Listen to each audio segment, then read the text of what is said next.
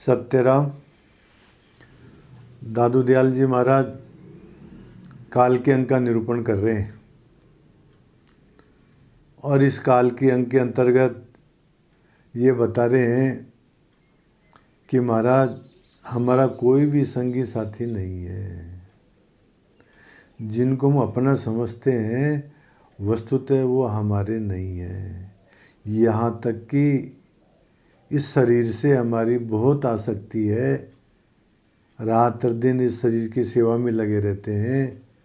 अंत समय में ये शरीर भी साथ छोड़ देगा। यही बात बताते हुए दयाल महाराज कहते हैं, ये सज्जन दुर्जन भये अंतकाल की बार, दादू इनमें को नहीं विपत्ति बटावन हार। जिनमें हमारी आसक्ति है, हमारे कुटुंबी जन हैं, ये मृत्यु के समय हमारा साथ नहीं देंगे महाराज। एक बात बताऊं महाराज, एक मेरे मित्र थे, बीमार हो गए। मैं उनसे मिलने के लिए गया। करोड़ों रुपए इकट्ठे किए थे उन्होंने अपने जीवन के अंदर, बहुत प्रॉपर्टी इकट्ठी की। अंत समय में वो और मैं अकेले बैठे हुए थे महाराज बीमार के समय।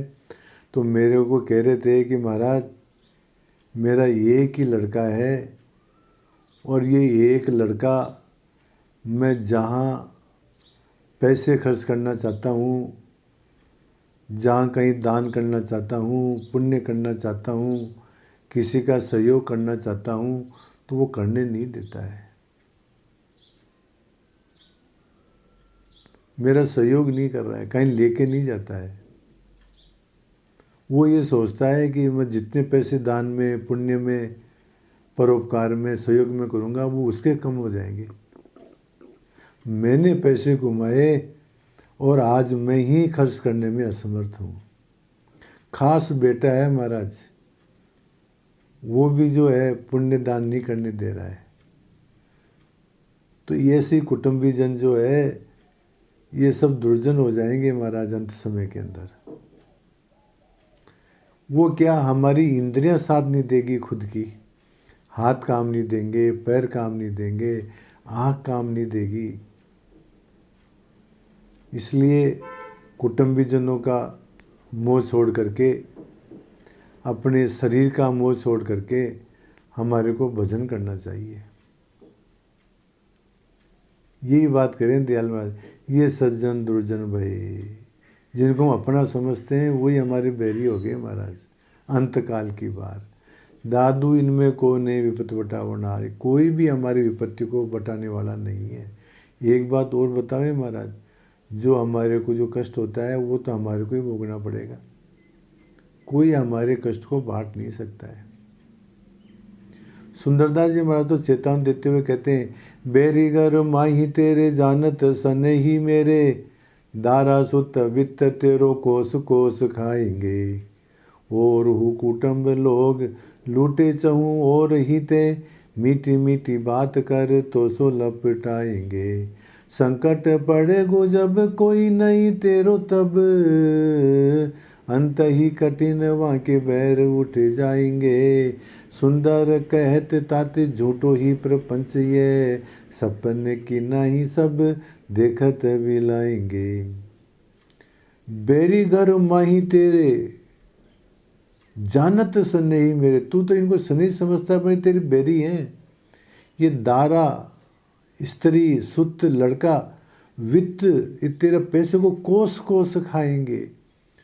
ये सारे तुम्हारे पैसे को लूटेंगे। और हु कुटुंब लोग लूटे चहूँ और ही थे, और सारे कुटुंब लोग चारों ओर से लूटेंगे। अंत ही कठिन बांके बैर उठे जाएंगे। संकट पड़ेगा जब कोई नहीं तेरो तब, उसमें कोई नहीं होगा तुम्हारा। अंत ही कठिन बांके बैर उठ जाएंगे। सुंदर कहत ताते झूठो ही प्रपंच है, ये झूठा प्रपंच है। सपन है कि नाई सब देखते बिलाएंगे। एक और दृष्टांत आता है महाराज, ये कोई सास थी महाराज, उसके 4 बेटे थे, 4 बहुएं थी। तो चारे बहुओं को उसने अपने गहने दे दिए। अंत समय में उस सास की बोली बंद हो गई, तो उसने सोचा कि कुछ दान पुण्य कर लूं, तो बड़ी बड़ी बहू को बुलाया और इसे माथे की तरफ इशारा किया कि जो बोर जो है वो दिया था बोरला का, ये दे दे मेरे को। तो वो समझ गई बड़ी बहू कि बोरला मांग रही है सास, तो वो क्या कहती है इशारे में, हाँ सासू जी, बुढ़ापे के अंदर माथा फटता है, सर दर्द होता है, ये कह करके चली गई। फिर दूसरी को बुलाया,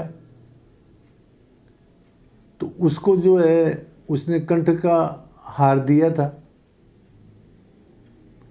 तो उसने कहा कि मतलब ये गले का हार दे दे मेरे को, सासू ने इशारे से कहा।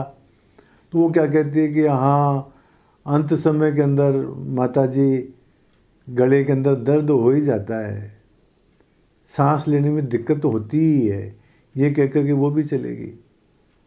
तीसरे नंबर को बुलाया, उसको उसने हाथ की चूड़ियाँ दी थी, तो उसने से हाथ से इशारा किया कि इसी चूड़ियाँ जो है मेरे को दे दे।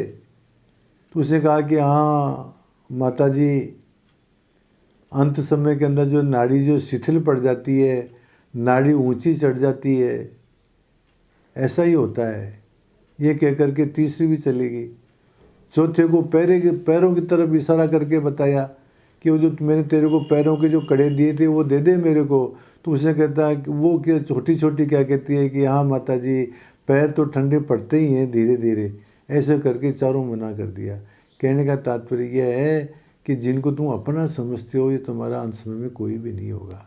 वही बात दयाल महाराज कहते हैं कि ये सज्जन दुर्जन भये अंत काल की बार, दादू इनमें को नहीं विपत बटावण हार।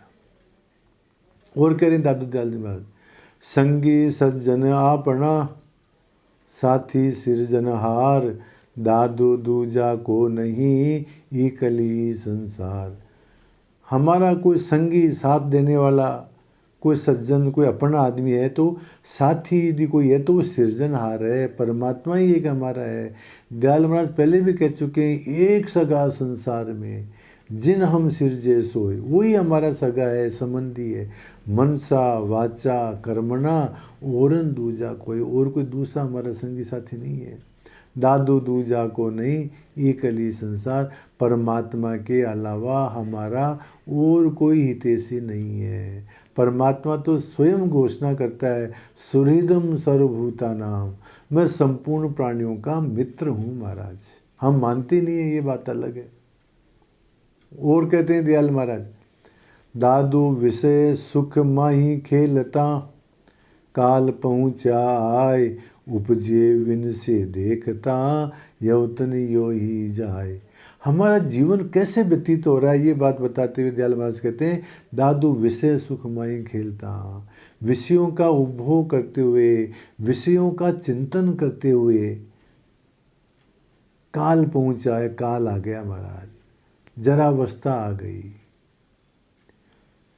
उपजे विन से देखता, देखते देखते ही जो है हम पैदा हुए, नष्ट हो रहे हैं, यवतन यो ही जाए, ये हमारा शरीर ऐसे ही जा रहा है विषयों के अंदर महाराज। इसलिए इन विषयों की आसक्ति छोड़ करके जब तक जीवन है परमात्मा का भजन कर लेना चाहिए। और चेतावनी देते हुए दयाल महाराज कहते हैं, सर्प सिंह हस्ती गणा, राक्षस भूत परेत, तिस वन में दादू पड़या, चेते नहीं अचेत। ये जीव जो है मतलब बहुत बुरी तरह से फंस गया है। कहाँ फंस गया है, कौन से वन में फंस गया है? तो कहते हैं कि सर्प, संशय रूपी सर्प, क्रोध रूपी सिंह, काम रूपी हाथी, मन रूपी राक्षस, पंच ज्ञानेंद्रिय मान लो क्या भूत, और ये सत्व रज गुण तमी मान लो क्या है प्रेत, जिस वन के अंदर इस प्रकार तिस वन में दादू पड़या। इनके अंदर आकर के हम फंस गए। कहने का तात्पर्य यह है कि हम संशय में फंस गए, क्रोध में फंस गए, काम में फंस गए, मन के चक्कर में फंस गए, पांचों ज्ञानेंद्रियों के चक्कर में फंस गए, 3 गुणों के वशीभूत हो गए महाराज। इस वन में हम फंस गए हैं। चेते नहीं अचेत, इनसे पार होने के लिए अभी तक भी हम चेते नहीं हैं, सावधान नहीं हुए हैं। इसलिए भजन द्वारा जो है हमारे को सावधान हो जाना चाहिए। इनके काम, क्रोध, लोभ, ईर्ष्या, द्वेष, पंच ज्ञानेंद्रिय, त्रिगुणों के चक्कर में नहीं फंसना चाहिए। संस्कृत में श्लोक आता है, काम क्रोध लोभ मोह, काम क्रोध लोभ मोह देहे तिष्ठन्ति तस्करः। ये जो काम क्रोध लोभ मोह, ये मान लो क्या है, चोर हैं, ये डाकू हैं महाराज। और ये कहाँ रहते हैं, ये हमारे देह के अंदर ही रहते हैं। हरंती ज्ञान रत्नानि, और क्या करते हैं, ज्ञान रूपी रत्न को ये हर लेते हैं। तस्मात् जागृहि जागृहि, इसलिए जागो जागो जागो, इनके चक्कर में मत पड़ो महाराज। चलो अस्तु।